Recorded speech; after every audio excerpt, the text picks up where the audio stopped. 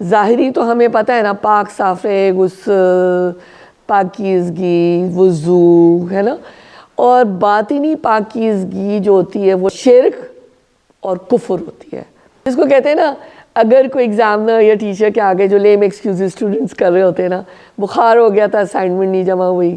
ہم کو پتہ ہے کہ قرآن ایک زندہ کتاب ہے اور یہ ہر دور کے لیے تھی، اور اس دور کے لیے بھی اور آگے کے دور کے لیے بھی ہے. یہ ہمارا ایمان مصمم ہے کہ یہ چیزیں ساری گندگی ہیں.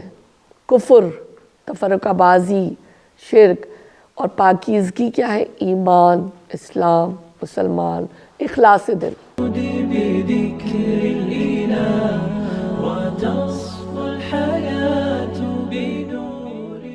ایک تو ہمیں قرآن پاک میں حوالہ ملتا ہے مسجد زرار کے حوالے سے منافقین نے کون سی سازش تیار کی تھی. جی، تو اس پہ ہم آپ سے یہ درخواست کریں گے، اس پہ آپ ضرور روشنی ڈالیں کہ اس کا ہسٹوریکل پرسپیکٹیو بھی بیان کریں، اور قرآن نے بھی جس خاص مسجد کا ذکر کیا، مسجد زرار، اور منافقین نے اس حوالے سے کون سی مسلمانوں کے خلاف سازش تیار کی تھی.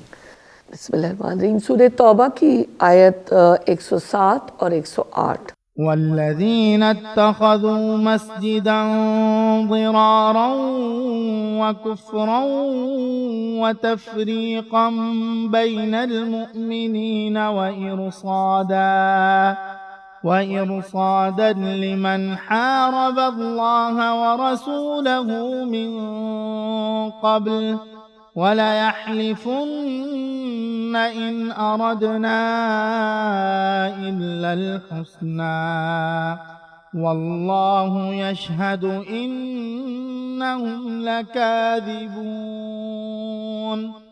لا تقم فيه أبدا لمسجد أسس على التقوى من أول يوم أحق أن تقوم فيه رجال يحبون أن يتطهروا والله يحب المطهرين.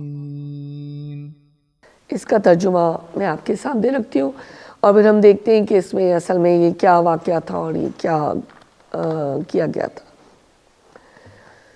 کچھ اور لوگ ہیں جنہوں نے ایک مسجد بنائی اس غرض کے لیے کہ دعوت حق کو نقصان پہنچائے. نمبر 1، خدا کی بندگی کرنے کے بجائے کفر کرے. نمبر 2، اور تھرڈ پوائنٹ کیا ہے کہ اہل ایمان میں پھوٹ ڈالے. اس بظاہر عبادت گاہ کو اس شخص کے لیے کمین گاہ بنائے. یہ چوتھا پوائنٹ ہے، جو اس سے پہلے خدا اور رسول صلی اللہ علیہ وآلہ وسلم کے خلاف برسر پیکار ہو چکا ہے.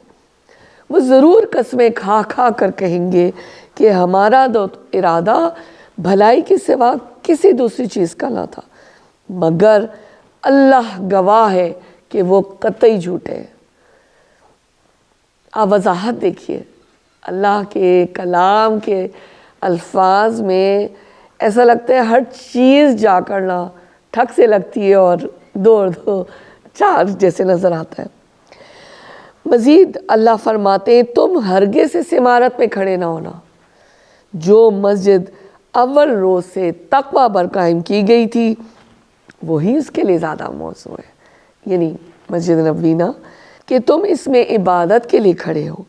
اس میں ایسے لوگ ہیں جو پاک رہنا پسند کرتے ہیں اور اللہ کو پاکیزگی اختیار کرنے والے ہی پسند ہیں. یہ مسجد نبوی کے بارے میں بات ہو رہی ہے. جی، کمپیریزن آ گیا نا. اب جیسے پچھلا سوال آپ نے کیا تھا، وہاں پہ آخری آیت میں ایک لفظ آیا تھا یہ لوگ گندگی ہے. یہاں پہ آپ نوٹ کیجئے کہ یہاں آ رہا ہے اللہ پاکیزگی اختیار کرنے والے کو پسند کرتا ہے. دیکھیے، دو طرح کی ناپاکیاں ہوتی ہیں اور پاکی ہوتی ہے، ایک ظاہری اور ایک باطنی. ظاہری تو ہمیں پتہ ہے نا، پاک صاف رہے، غسل، پاکیزگی، وضو، ہے نا. اور باطنی پاکیزگی جو ہوتی ہے وہ شرک اور کفر ہوتی ہے. آپ دیکھیں اللہ تعالیٰ اتنے صاف طریقے سے بتا رہے ہیں کہ گندگی کیا ہے اور پاکیزگی کیا ہے. تو ہم کو شرک کفر نفاق جس کو اللہ نے گندگی کہا ہے، پچھلی آیت میں جو سوال تھا ہم نے دیکھا، اور یہاں پہ پاکیزگی کا، تو the choice is ours کہ ہم کو کیا سلیکٹ کرنا ہے۔ اب جناب ہم اس کو ایک واقعے کے حوالے سے، جس کو میں مختصراً اپنے الفاظ میں بتاتی ہوں کہ ہوا کیا تھا کہ ابو عامر ایک مدینے کا رہنے والا شخص تھا، اور نبی محترم صلی اللہ علیہ وآلہ وسلم کی مدینے تشریف آوری سے قبل اس کی مدینے میں بڑی عزت تھی، اور وہ جو تھا اس نے آپ صلی اللہ علیہ وآلہ وسلم کے مدینے میں آنے سے پہلے عیسائیت قبول کی تھی۔ وہ لوگوں میں راہب کے نام سے بھی پہچانا جاتا تھا، سارٹ آف پریسٹ۔ تو اس نے یہ کیا کہ یہ بھی ایک منافق تھا، اسے منافقت کا لبادہ اڑا اور آئے روز یہ نئی سازشیں کرتا رہتا تھا۔ اس نے کیا کیا کہ منافقین کو اکٹھا کیا اور یہ کہا کہ دیکھو ہمارے لیے کوئی جیسے آفس ہوتا ہے نا، کوئی اکٹھے ہونے کی تو جگہ نہیں ہے، عمارت ایک مسجد کی بناتے ہیں تاکہ نبی صلی اللہ علیہ وآلہ وسلم اور ان کے اصحاب، ان کے جو عزائم ہیں، ان کی جو ایک پورا مشن تھا نا، اس کو ہم ناکام بنا سکیں۔ تو بیسیکلی یہ سازشوں کے لیے، مسلمانوں کو ایذا دینے کے لیے، کفر پر پکے ہونے کے لیے، مسلمانوں میں تفریق ڈالنے کے لیے یہ جو مسجد تھی اس کا انسینٹیو یہ تھا، موٹیو۔ ایک عیسائی راہب نے یہ مسجد تعمیر کی جی، لیکن وہ باہر سے ایسے مطلب بنا ہوا تھا نا جیسے میں آپ لوگوں کے اندر ہی ہوں، یعنی شام۔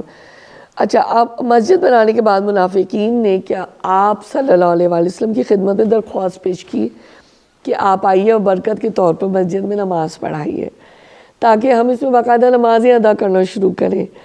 لیکن اللہ تعالیٰ نے پھر وحی کے ذریعے سے ان منافقین کے مذموم عزائم جو تھے اسے آگاہ کر دیا، اور آپ صلی اللہ علیہ وسلم کو حکم ہوا کہ اے رسول صلی اللہ علیہ وسلم، آپ اس مسجد میں ہرگز داخل نہ ہوں گے۔ آپ جب تبوک سے واپس آئے، آپ کو جب اللہ نے آگاہ کر دیا تو آپ نے بالکل مطلب انکار کر دیا کہ اس میں میں قدم نہیں رکھوں گا، کیونکہ اس کے عزائم جیسے میں نے ابھی ذکر کیا اس کو ریپیٹ کرنے کی ضرورت نہیں ہے کہ کفر پہ پکا رہنا اور تفریق مسلمانوں میں ڈالنا، سازشیں یہ ساری تھی۔ اچھا، جب یہ حکم نازل ہو گیا وحی کے ذریعے تو رسول اکرم صلی اللہ علیہ وآلہ وسلم نے یہ اعلان کروایا کہ اس مسجد کو مسمار کروا دیا جائے، اس کو ڈسٹروائے کر دیا جائے، اور پھر وہی ہوا کہ منافق آئے قسمیں کھا رہے ہیں اور کہ نہیں یہ تو دیکھیے مسجد قباء تھی تو یہ تو ہمارے گھر سے دور ہے اور گرمی سردی ہوتی ہے، بارشیں ہوتی ہیں، ہم عبادت کے لیے نہیں جا پاتے، ضعیف لوگ ہیں وہ نہیں جا پاتے، ہم نے تو اس لیے بنائی تھی۔ فالس، جس کو کہتے ہیں نا، اگر کوئی ایگزامنر یا ٹیچر کے آگے جو لیم ایکسکیوز اسٹوڈنٹس کر رہے ہوتے ہیں نا، بخار ہو گیا تھا، اسائنمنٹ نہیں جمع ہوئی، ٹانگ ٹوٹ گئی، بارش ہو رہی تھی، گاڑی خراب ہو گئی، سوری، لیکن یہ کہ یہ تو ایمان اور کفر کا معاملہ تھا نا، اور یہ ہوا کہ پھر اس کو مسمار کر دیا گیا اور ساری حقیقت اللہ تعالیٰ نے کھول کر رکھ دی۔ ڈاکٹر صاحبہ، اگلا ایک سوال پیدا ہوتا ہے کہ جن لوگوں نے مسجد ضرار کو بنایا تھا یا اس عمارت کو بنایا تھا، ان کے بارے میں کیا حکم جو ہے وہ اللہ کی طرف سے نازل ہوا؟ ان کے بارے میں تو بہت واضح وعید مطلب ہو گئی نا، کہ ان کے لیے تو آپ سمجھیں کہ بالکل وضاحت سے آ گیا نا کہ یہ ایمان پہ ہے ہی نہیں نا، وہ تو کفر کے لیے، کفر پہ پکے تھے۔ پھر وہ تفرقہ بازی جیسے میں نے کہا، وہ سب سازشیں اسلام اور ایمان اور مسلمانوں کے خلاف کر رہے تھے نا، تو وہ تو بالکل خارج، یعنی سمجھے اعلان کر دیا گیا، اگر ڈھکے چھپے بھی تھے دائرہ اسلام سے خارج ہی تھے نا۔ تو یہ ان کی، مجھے یہ سوچ رہی تھی کہ جو مسلمانوں کی بڑھتی ہوئی ایک اجتماعی زندگی، ایک وحدت، تالیف، یہ سارا جو ایک شکل آ رہی تھی معاشرے کے اندر، تو یہ ایک اسٹریٹجک پلاننگ تھی منافقین کی کہ پہلے اس طرح سے کریں، مسلمانوں کو اپنی طرف لے کر آؤ، ان کو اپنے سے مائل کرو، پھر ان میں وسوسہ اندازیاں کرو اور پھر ان کو ملت سے کاٹ دو۔ فائنل ان کا موٹیو یہ تھا، لیکن اللہ تعالیٰ نے اس کو ناکام کر دیا گیا۔ اب رسول پاک صلی اللہ علیہ وسلم کے جو الفاظ ہیں حدیث ہم دیکھ لیتے ہیں کہ اس میں کیا کہا گیا. سیدنا ابو سعید خدری کہتے ہیں کہ 2 آدمیوں نے جھگڑا کیا کہ وہ کون سی مسجد ہے جس کی پہلے دن سے تقویٰ پر بنیاد رکھی گئی تھی. ایک نے کہا وہ مسجد قباء ہے، دوسرے نے کہا کہ وہ رسول اللہ صلی اللہ علیہ وسلم کی مسجد ہے، یعنی مسجد نبوی. تب آپ نے فرمایا کہ وہ یہی میری مسجد ہے. ترمذی ابواب التفسیر کی ہے. اب دیکھیے ظاہر ہے کہ یہ ہم کو پتہ ہے کہ قرآن ایک زندہ کتاب ہے اور یہ ہر دور کے لیے تھی، اور اس دور کے لیے بھی اور آگے کے دور کے لیے بھی ہے. یہ ہمارا ایمان مصمم ہے نا. تو اب ہم یہ دیکھ لیتے ہیں کہ بھئی مسجد ضرار کی ہم نے بات کی کہ جتنے سارے انبیاء کے ادوار میں بھی واقعات آتے ہیں، مختلف قصے کہانیاں صورتوں میں بکھرے پڑے، وہ صرف ایک تفریح تباہ کا تو سامان نہیں ہوتے، اس سے اللہ تعالیٰ ہمیں کچھ سکھانا چاہتے ہیں.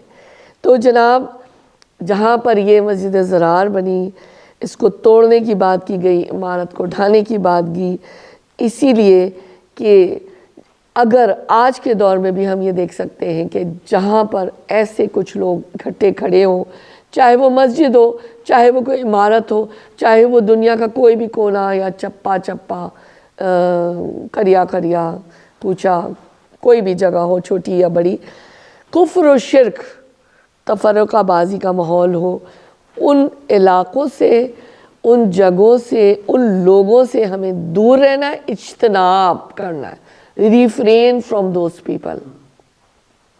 تو یہ ایک ہمیں پتہ چل رہا ہے صاف صاف، اور اس میں کوئی دو رائے نہیں ہے، اس میں ذرا سی بھی کوئی کمی اس لیے نہیں ہو سکتی کیونکہ ابھی ہم تھوڑی دیر پہلے بار بار وضاحت کر چکے ہیں کہ یہ چیزیں ساری گندگی ہیں. کفر، تفرقہ بازی، شرک، اور پاکیزگی کیا ہے؟ ایمان، اسلام، مسلمان، اخلاص دل. میں اسی حوالے سے میں جب یہ پڑھ رہی تھی تو مجھے یہ خیال آیا کہ تفرقہ بازی کی بات تو سورہ آل عمران میں بھی مشہور آیات ہے، آپ لوگ سب جانتے ہیں کہ تفرقہ سے کیسے دور رہنا ہے. تو آج جو گلیوں اور جگہ جگہ مسجدیں اور مین روڈز پہ بھی بورڈز نظر آتے ہیں کہ یہ فلانے مسلک کی مسجد ہے.